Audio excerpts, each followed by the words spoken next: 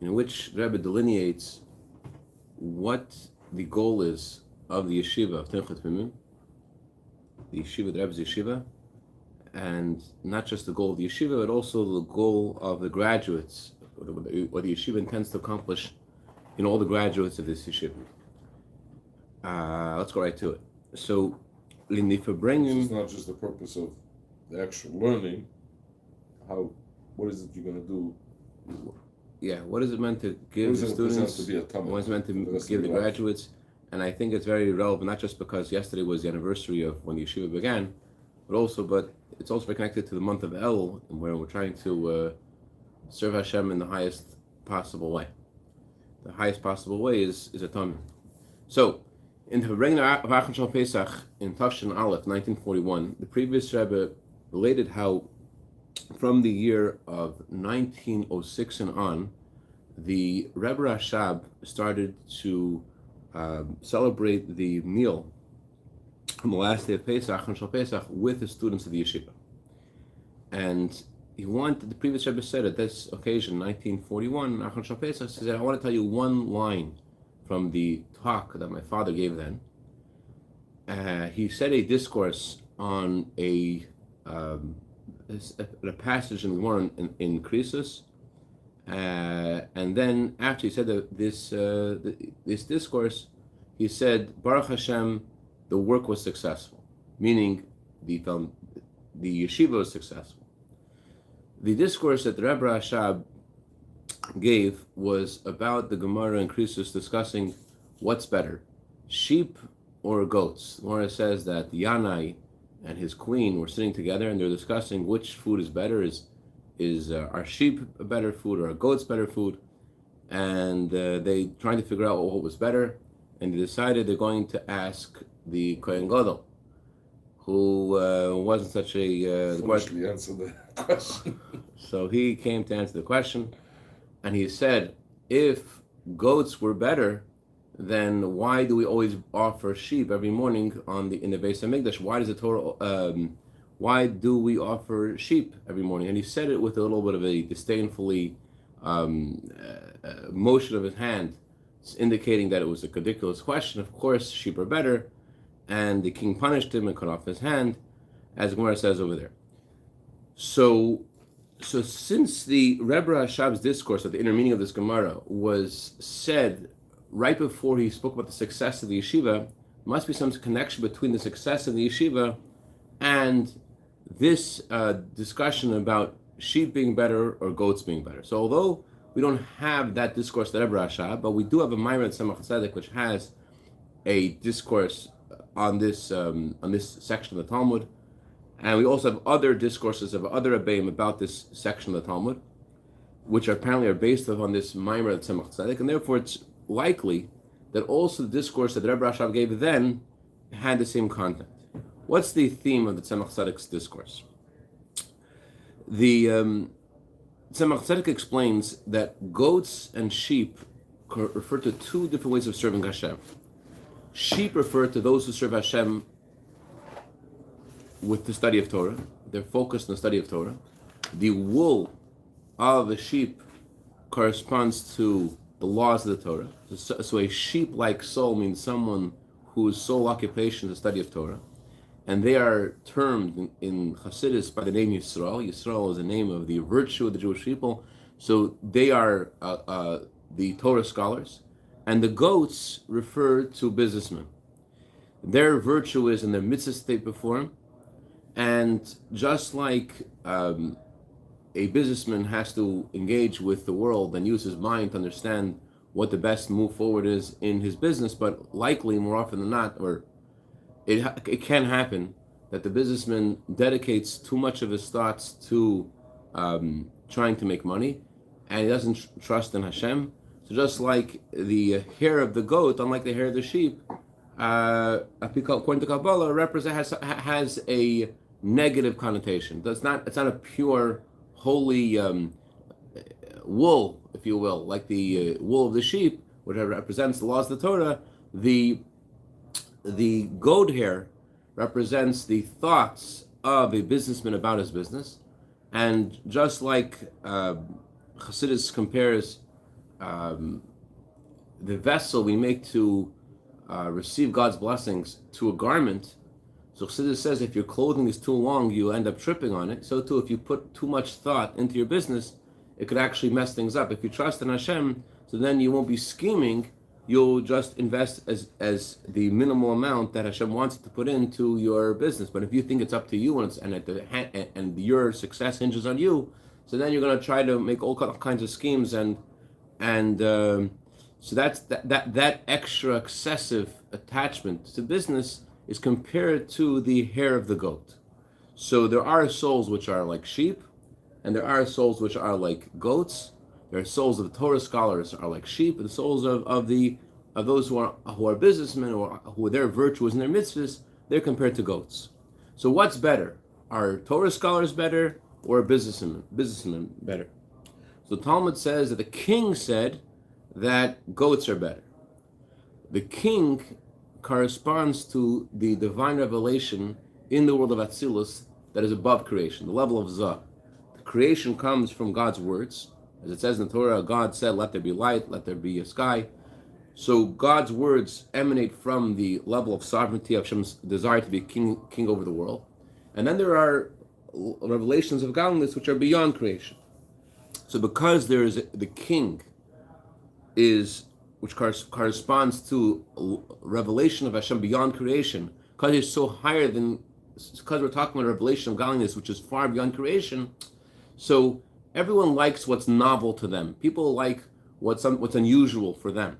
So for the king, compared to a level of godliness which is higher than creation, what's considered the best? What's considered the most amazing thing?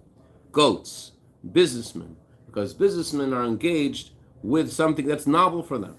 So when by them elevating the physical world by doing mitzvahs, they're doing something that the king, that this revelation of godliness, which is higher than creation, feels is, wow, this is amazing. From the perspective of Zav Atzilus, from the perspective of revelation of Hashem beyond creation, what's novel, what happens in creation, what businessmen can do, what the mitzvahs they perform.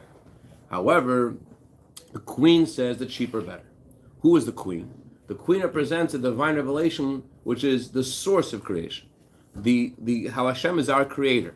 From the perspective of the way Hashem contracts himself to be a creator, from Hashem's light, which animates and creates all the worlds, since that level of godliness is more in the level of Yaakov, more in the level of descending into creation.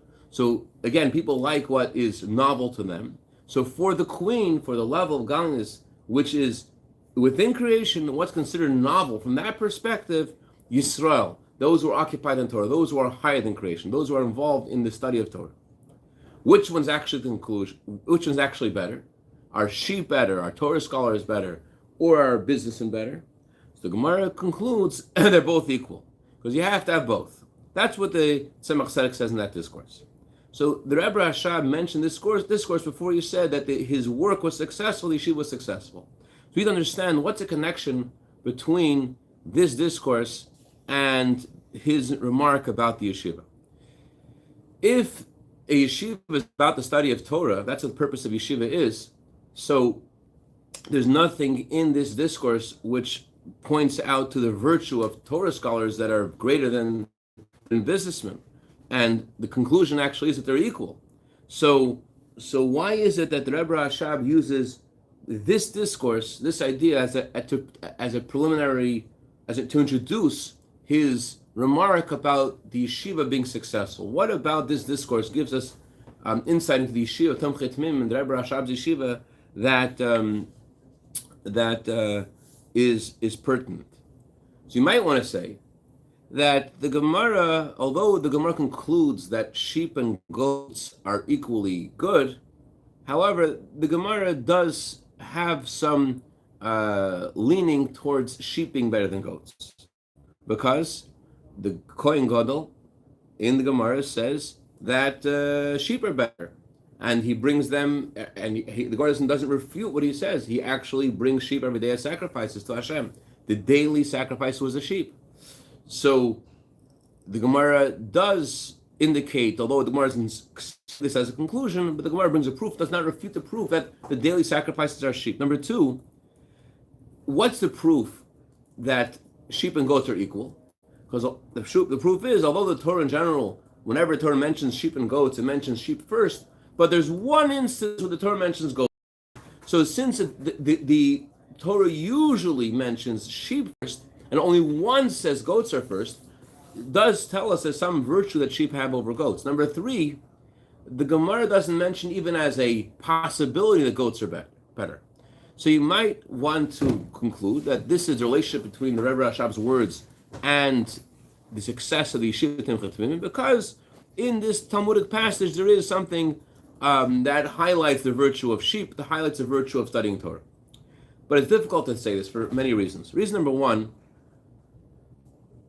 all of the various vantage points that we've said that indicate that sheep are better, not the conclusion of the Gemara. The conclusion of the Gemara is that they're equal. So, and the Gemara, and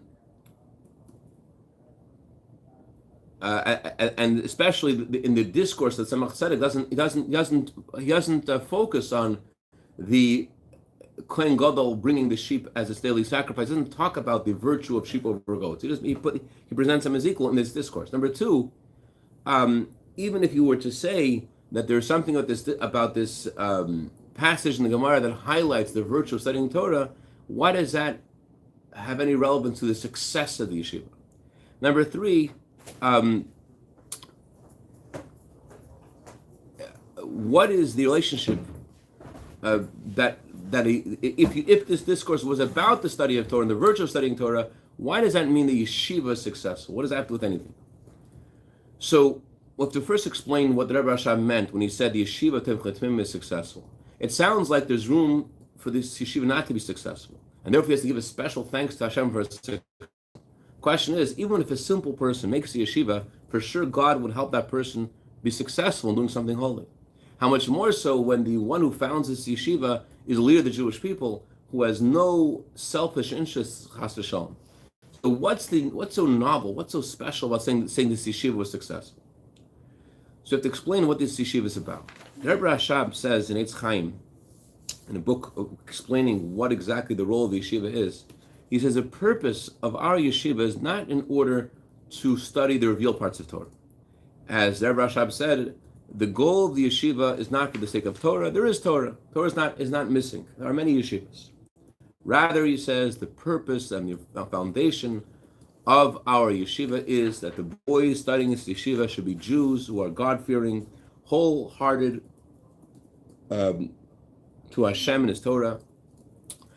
That's why we decided to make this yeshiva, that we want to plant in these boys inner feeling of reverence and love for God. And the way to achieve this inner feeling of reverence and love for God is through the study of the inner dimension of Torah.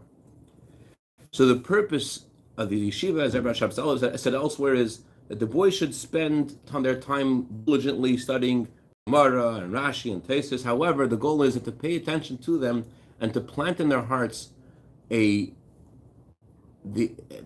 fundamental faith and reverence for God, to serve God and to go in God's ways, and the light of Torah mitzvahs should shine inside them, and so that they should be people who not only study Torah themselves, but they give merit to others, that they also inspire others. That means the goal of the students, these students of the yeshiva, only meant to spend their time studying the real parts of Torah. They have to also study the inner dimension of Torah. They have to be involved in the study in prayer, because the goal is to plant in their hearts faith and reverence for Hashem. And further, they should have an inner feeling of love and reverence for Hashem. And further, the goal of the yeshiva is that the students should be those who give merit to the many. As Rebbe Rashab said, he wants his students to be candles to give light. So even while they're in yeshiva, without taking away from the time that they're meant to spend studying Torah, they have to be involved in spreading the wellspring of chassidus to the outside while they're still students of the yeshiva. So that's what the Rebbe Rashab said about making this yeshiva. And there's a difference between what he said and what the Gemara says in general. The Gemara says in general that anybody who says, all I have is Torah, and I'm not interested in kindness or prayer, the Gemara says you don't have Torah either. you have to have Torah with kindness. Or as Gemara says, if there's no fear of God, you have no wisdom. You can't know Torah without fear of God. You can't know Torah without kindness. But still, you could say your focus is study of Torah. In order for your Torah study to be successful, you have to daven. In order for your Torah study to be successful, you have to give to others. You have to give to others physically, give to others spiritually, because you want your Torah to be successful. It's not that you have another goal besides the study of Torah. That's what the Talmud tells us in general. What's unique about the yeshiva of the Rebbe, of the Rebbe Rashab, is that the purpose of their studying chassidus and davening and doing kindness and spreading the wellsprings to the outside is not just to enhance their Torah study, their Gemara. Rather, it is has its own intrinsic value. Not just it's a means to an end. And that's why the Rebbe, our Rebbeim instituted that the students of the yeshiva have to dedicate part of their day to studying chassidus, and that to study chassidus in a way that in the same intensity that they study Gemara, and that they dedicate time and effort to daven at length. And they even instituted that some weeks of the summer they should spend their time spreading Torah and Judaism, and throughout the year also to spend some time doing that as well. So now you can understand why this passage in the Gemara about the king and the queen have a relationship to the success of the yeshiva. You might want to say that in every yeshiva, the main thing is studying Torah. So a student has to feel about Torah study, all my inner thoughts are about you, the study of Torah. So how can anything else be the main thing? Like Abaye said that if I would have to go serve a dish of if I would have to go serve food to my mother, that would take away from my study of Torah. Abaye was an orphan, but that would not that you shouldn't do it, but that would take away from the study of Torah. If there's something else that you're concentrating on, how much more so if there has to be a involvement in davening, in spreading the wellsprings of chassidus, the outside. You can't have a totally focus on your study of Torah if you have other things to do. And that's why the Rebbe Rashab prefaced and said that there are two kinds of service of Hashem. There are sheep and there are goats. There's Torah and there's mitzvahs. There are tzaddik and there's balei tshuva. Although everyone has to do both, even those who are Torah scholars have to be involved in mitzvahs and kindness. Again, if they don't do that, they're not achieving Torah either. And on the other hand, also those who are involved in business and mitzvahs, they have to also have a set time to study Torah. But nevertheless, the Gemara's question is, so everyone has to do both. One's question is, well, which one is better? And what's the Gemara's conclusion? Which one is better? You have to do both. And the Gemara says there's a virtue in each of them. There's advantage in Torah, there's advantage in mitzvahs, but the Gemara's conclusion is you have to have both. That they both stand together. And that's the foundation for the success of the yeshiva, that the students of the yeshiva are involved both in sheep and in goats, and each of those things are considered a major component. They're not considered one is just a means to the other, rather each of them is a focus. The question is like this. Practically, how can you have two things being a focus? Right? A person is limited, a person is measured, Hashem made a person with certain limitations. How could it be that we're able to put them both together, especially when these two things are opposites? The words of Torah are called fire, and the mitzvah is done with a physical object. With one is using your mind, one you're using your action. How can you do both? There was a chassid of Rebbe Rashab, I think it was Rabbi Moshe. He asked Rebbe Rashab, how is it possible to be excited both from the inner dimension of Torah and Gemara at the same? How can you be excited to learn both? Rebbe Rashab said, "Mitzat Torah esrech," because they're both Torah, it's possible. Similar thing Rebbe says here. The limitation that we have, that we say one thing is they're different from each other. That's only external. But if we were to go into the inner essence of what Torah is, what mitzvahs are, they're both the same point, fulfilling the will of Hashem. So when a person is a separate entity from Hashem, and so his service of Hashem is limited, so then each thing he does is different. There's time I'm doing this kind of thing, my focus is in this style, my focus is in that style. But what's the meaning of tamim? The meaning of the student of this yeshiva, as Rabbi Shabbos said they're called the tamim. What's a tamim mean? The essence of a tamim is hanochas atzmusei, putting yourself completely on the side. That means that you are investing yourself in many interests, and you're totally devoted to. You have no ambition for yourself. Your whole being is to fulfill the will of those who made this yeshiva, which is the will of Hashem. So this devotion and this divestment of any self-interest, that just like the Gemara says about tefillin, that there's room on your head to put on 2 pairs of tefillin, so if a person that has this, if he is a Talmud, if he's totally devoted to the will of Hashem, what's the difference? Hashem is asking you to learn Torah, he's asking you to daven, he's asking you to spread the Muslims of chassidus to the outside. It's possible to be totally devoted to each of these things. Why would you want to put 2 pairs of tefillin in the Gemara? Well, they see today that people have an opinion that they're supposed to wear. Guy, but the Gemara, they didn't have Rabbi Matan tefillin. We're just discussing the size of the head and how there's room in the head to put the tefillin in 2 different places. Anyways, bottom line though is the bottom line though is it's on the one hand, okay, that's what a tamim is, but then why did he make a yeshiva? If we're trying to create people who are devoted to do God's will, so then it's not a yeshiva. Yeshiva is about studying a Torah. So that tells us something, that although the Rabbi Rashab wants his students to daven, he wants them to spread the wellsprings to the outside. However, it's not a place of prayer. It's not a place of Torah and prayer. It's yeshiva. That means that all of their involvement is not meant to take away, God forbid, anything of their study of Torah. Rather, their main purpose is the study of Torah. There's a halachic example of this idea. The Gemara says that there are some things that a Kohen only can do in the service of bringing a sacrifice to Hashem. For example, a Kohen, he has to be the one to sprinkle the blood on the altar. However, although it's not preferred, if a non-Kohen slaughters the animal is accepted. If a non-Kohen walks with the blood to the altar, is accepted. Although those are part of the service of the sacrifice, those are critical components.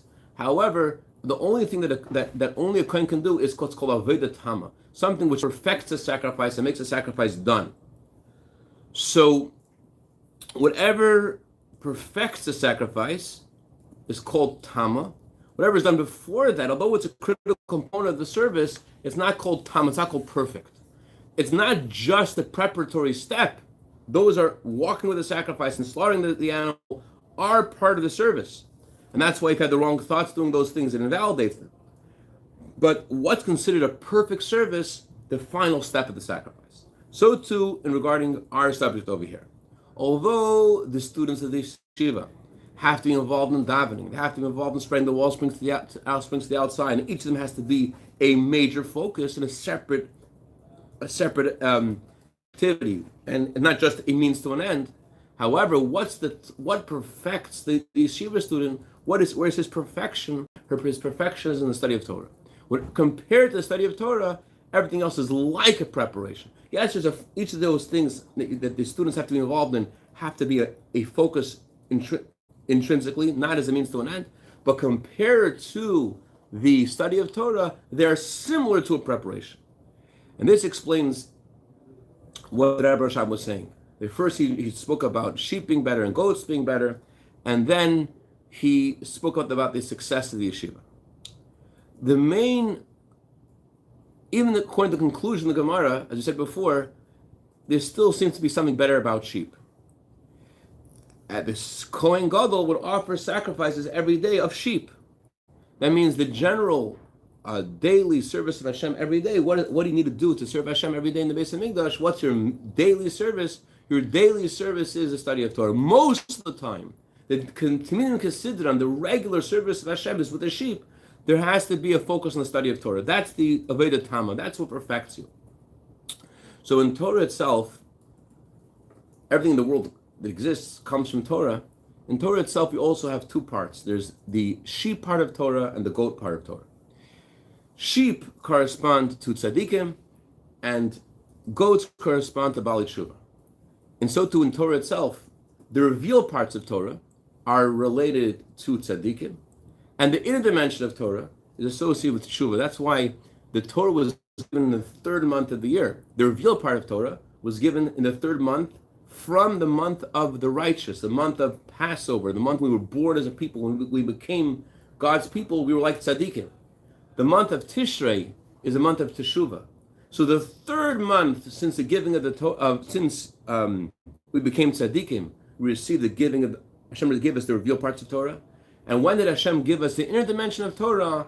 On the 19th of Kislev, which is the third month since the month of Tishrei, the month of Teshuvah, the month of returning to God. So the inner dimension of Torah is associated with Teshuvah, and the revealed parts of Torah are associated with tzaddikim.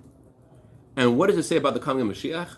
Is Mashiach will make even those who are tzaddikim do Teshuvah, which is very in sync with the purpose of the yeshiva. The Rebbe Rashab said, I'm lighting a luminary. The Rebbe Rashab said when he established the yeshiva, he said, I'm lighting a luminary that will give light and spread the well springs of the Baal Shem Tov to the outside and bring Mashiach. Because the goal of the yeshiva is that they should study both the revealed parts of Torah and the inner dimension of Torah. Kind of like making tzaddikim do teshuvah. So this is like we were saying before. Although there's an advantage of both sheep and goats, nevertheless, the Gemara says sheep always goes first. That means the general service of Hashem is like this. Although a student of yeshiva has to learn chassidus, and that's what's unique about the yeshiva, nevertheless, that's just a salt for the bread. But the daily service of Hashem of the student, what's his most of the day? Most of the day he has to be involved in studying the revealed parts of Torah. So 2/3 of the time of yeshiva is spent studying the revealed parts of Torah. Only 1/3 is spent studying chassidus. Just like when Mashiach will come, it says he'll make tzaddikim do tshuva. What's their main thing? They're tzaddikim. They're also going to do tshuva. So bottom line, what's the lesson we have there that says to the students of this yeshiva? The main essence of the student is study of Torah. And he can't be successful in Torah unless he makes an effort. He could show up all day in class, but if he's not making an effort, he will not be successful. And so too, he has to make an effort in his davening. Unlike the myth, the Rebbe says, that people think that the service of Hashem in prayer is something that was for previous generations. It's not true. And the effort in studying chassidus, the effort in davening is not supposed to be just a preparation for the reveal to be able to study Torah. Rather, it has to be its own focus. And yet, the students have to know that that's not called a perfect service of Hashem. The perfect service of Hashem that makes everything else perfect, that completes everything, is to make an effort in the study of Torah. And although the other things they have to do are also a service of Hashem too, and while they're involved in spreading the wellsprings to the outside, they can't think about other things. But as Rebbe Rashab said, that a pnimi, someone who is real and focused inward, whatever he does, he's there completely. Nevertheless, they also, even while they're involved and focused on spreading wellsprings to the outside and sharing Torah mitzvahs with others, the Gemara says about Shmuel Bar Shelas that he once went to check out his garden. And he said, even while he's checking out his garden, he's thinking about his students, and so too the students of the yeshiva. Although they have to be focused on the other elements of the yeshiva as well, spreading the wellsprings to the outside, but nevertheless they have to know and they have to be conscious of that their perfection is in study of Torah, and they have to be conscious of that even when they're involved in spreading the wellsprings to the outside. So here is, the Rebbe says, an answer to those who make a mistake and they claim. Since these students of the yeshiva are required to spread wellsprings outside, and this requirement only gets bigger, especially since the previous Rebbe came to America, so you might think they have to learn less Torah. So the Rebbe says it's a mistake. The instruction of the Rebbe Rashab, that 2/3 of the day that you study the revealed parts of Torah, only 1/3 of chassidus is something which lasts forever. It's eternal instruction. And they're involved in doing the mitzvahs, the mitzvah campaigns, can't take away from their study of Torah. A student of the yeshiva doesn't own himself, even while he has, so to speak, free time. He has a time that free time is something that's not his own. It's that the Rebbeim gave him that time that he should decide what he wants to do in that time. He doesn't want to learn Torah, he doesn't want to spread the wellsprings to the outside. But since it's not his own time, it's given to him from the yeshiva, from the Rebbeim. Therefore, that time also has to be done according to what the Rebbeim want, according to what the instruction of those who run the yeshiva say. So also us, the Rebbe says, who have left the walls of the yeshiva, the holiness of the yeshiva has not left us. the immense, tremendous power and energy that our Rebbeim invested in their students, not just their students, but the Rebbe says even someone who's once learned anything from our Rebbeim is also considered a student of this yeshiva. So what our Rebbeim have invested in every student of this yeshiva in their soul is something which lasts forever. In their essence, that their entire life, each of us is a student of our Rebbe's. And so all that we said before about these students, that their essence is that they're devoted to Hashem, to anything that Hashem asked them to do. That's the essence of the student. And number two, that their perfection is in the study of Torah, so too that has to be also by each of us, that although for whatever reason a person has left the walls of the yeshiva and he's now zvulon, he's now involved in mitzvahs, he's not involved anymore in studying Torah in the same way.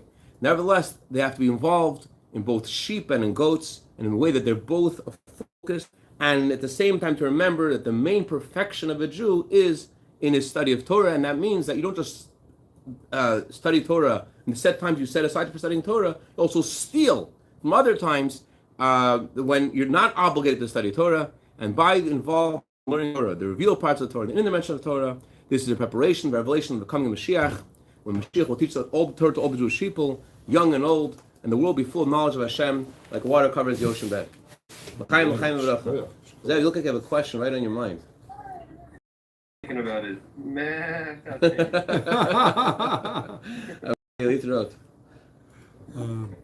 Just a language question. Yeah. Tamim means students, and Tomchem means what? Those who support those students. Tam doesn't mean Tam means Tam has many meanings. Tam means sincere. Tam means whole. But in our context, it means someone who's devoted to the will of Hashem.